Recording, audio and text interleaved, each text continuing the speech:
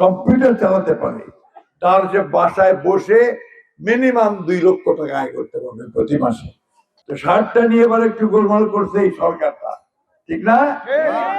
এই গোলমাল আমরা ভবিষ্যৎ হতে দেব না। আমাদের নির্বাচনে আমাদের জন্য স্লোগান হচ্ছে যে প্রতিহিংসা নয়, প্রতিশোধ নয়, আসুন ভালোবাসা দিয়ে আমরা দেশটাকে গড়ে তুলি। আমাদের নেতা তারেক রহমান সাহেব, তিনিও 17 বছর দেশের বাইরে ছিলেন, তাকে আসতে দেওয়া হয়নি।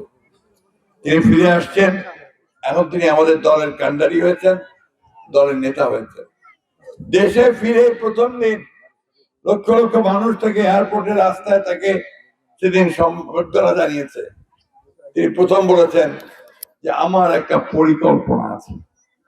সেই পরিকল্পনা কিসের? দেশের উন্নয়নের, উন্নতির জন্য। এবং তিনি সেখানেই বলেছেন যে আমি আমার দেশের মানুষের উন্নয়ন করতে চাই। সেই উন্নয়ন করতে গিয়ে প্রথমে বলেছেন মায়েদের কথা।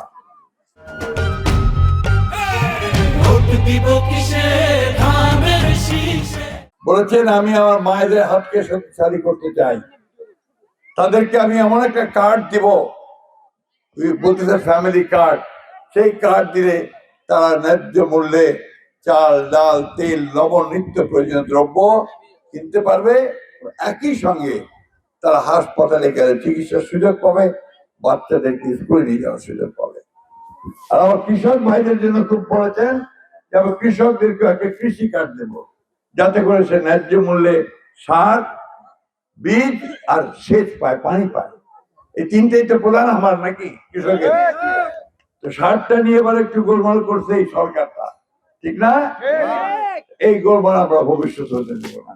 এই কার্ডটা পাইলে কোনো গোলমাল হবে না।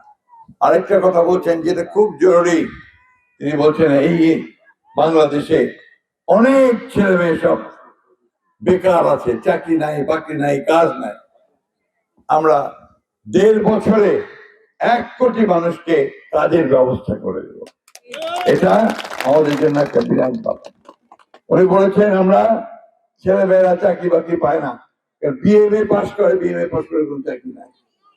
আমরাও বলছি ঠাকুরের জন্য আমরা এখানে বৃত্তিমূলক অর্থাৎ কারিগরি শিক্ষার ব্যবস্থা করব। আমার যে ছেলেটাকে যদি আমি আপনার ইলেকট্রিশিয়ান বানাতে পারি, যদি কার্পেন্ট্রি শিখাতে পারি, যদি আপনার অন্যান্য বৃত্তিমূলক শিক্ষায় প্রশিক্ষিত করতে পারি, সবচেয়ে বড় জিনিস হচ্ছে যদি আপনার একটু কম্পিউটার শেখানো যায়, কম্পিউটার চালাতে পারে, তার যে বাসায় বসে মিনিমাম 2 লক্ষ টাকা আয় করতে পারবে প্রতি মাসে, ডাটা এন্ট্রি মনে থেকে। এই কাজগুলো আমরা করতে চাই। সেই জন্যই আমরা এই দেশে নতুন করে মানুষকে সঙ্গে নিয়ে আমরা দেশটাকে নতুন করে করতে চাই।